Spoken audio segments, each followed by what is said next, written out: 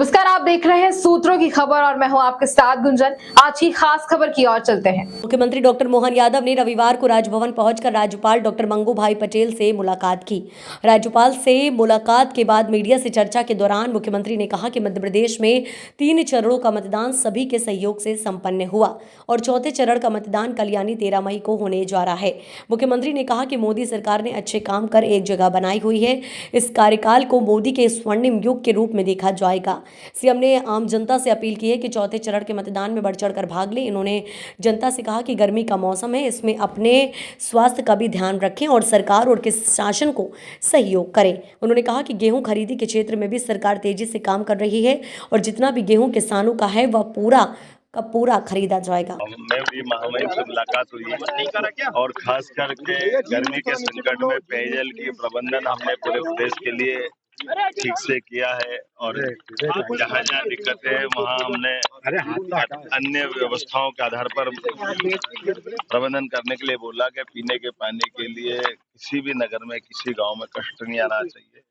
और मुझे इस बात का संतोष है कि लगातार जो हमने प्रबंधन किए ऐसी कोई बहुत बड़ी मेजर परेशानी नहीं आई है।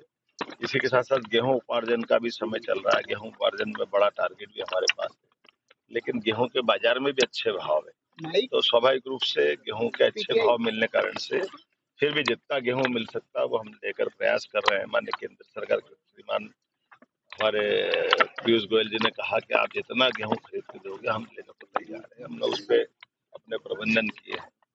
लॉ एंड ऑर्डर को लेकर के भी भगवान की दया से सब कुछ संतोषजनक हुआ। चुनाव के चारों चरण के चुनाव सबकी मदद के साथ अच्छे से हुए हैं। मैं इस बात के लिए प्रदेश की जनता का आभार मानता हूं कि निर्वाचन की इस प्रक्रिया में अंतिम चरण का कल का वोटिंग का दिन है।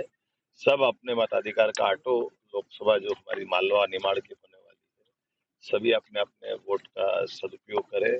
मैं कल स्वयं भी उज्जैन वोट डालने जा रहा हूं। मेरा वोट उज्जैन में है, इसलिए मैं अपनी ओर से एक तरह से आने वाले समय में ये निर्वाचन का पर्व चल रहा है।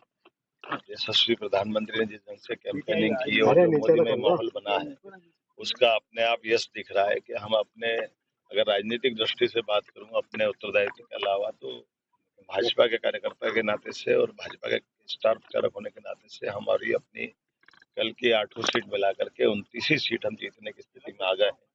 मेरी ओर से अपने सारी जनता का ये प्रेम भाजपा के प्रति जो आया है, मैं एक तरह से उनका हृदय से अभिनंदन करता हूं। और मोदी जी ने जो काम करके जगह बनाई, ये तो न भविष्य थी, वर्तमान का मोदी युग ये स्वर्णिम काल में लिखा जाएगा।